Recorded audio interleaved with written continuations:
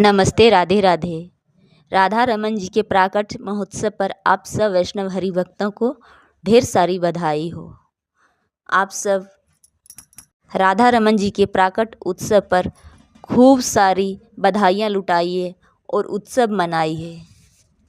क्या आप सबको पता है राधा रमन जी स्वयंभू प्राकट हुए हैं। राधा रमन जी किसी मूर्तिकार की रचना नहीं है। शालिग्राम से राधा रमन जी प्रकट हुए हैं। एक बार की बात है कि वृंदावन में कोई बड़ा सेठ साहूकार आया था और मंदिरों में जाकर पोशाक बांट रहे थे। ठाकुर जी के वस्त्र आभूषण राधा वल्लभ जी में, मदन मोहन में। सेठ जी बोले कि सब लोग अपना अपना ठाकुर दिखाइए और ठाकुर के अनुसार छोटा बड़ा वस्त्र जिसको जैसा चाहिए, मतलब उनको सबको बांट रहे थे।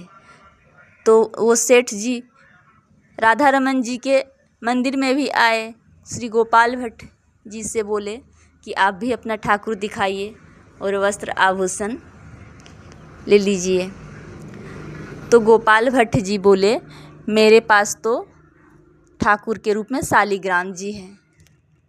तो सेठ जी बोले कोई बात नहीं है। फिर सेठ जी वहाँ से चले गए और गोपाल भट्ट जी के मन में बहुत कष्ट हुआ कि मेरे पास भी ऐसा ठाकुर होता जिसके हाथ हो, पैर हो, आँख कान नाक सुंदर श्रृंगार करता।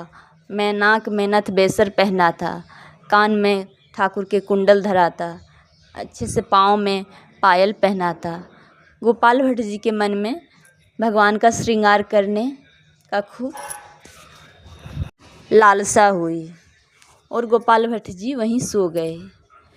तो ठाकुर जी स्वयं शालिग्राम जी से प्रकट हो गए और गोपाल भट्ट जी को जगाया। उठो देखो मैं प्रकट हो गया। तुमने कभी चाह किया? क्या लगता है मुझे मेरा हाथ नहीं है, मेरा पैर नहीं है? तुमने कभी भावना की श्रृंगार करने का? अब मैं भी श्रृंगार कर सकता हूँ, अब तुम मेरा श्रृंगार करो। भगवान अपने भक्त की हृदय की लालसा को पूर्ण करने के लिए शालिग्राम से राधा रमन के रूप में प्रकट हो गए।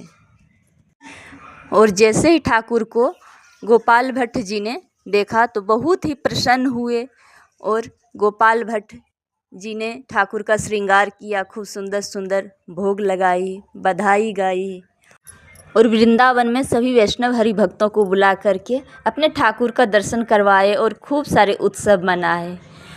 और उन्होंने कहा देखिए अब मैं भी अपने ठाकुर का श्रृंगार कर सकता हूँ। और बहुत ही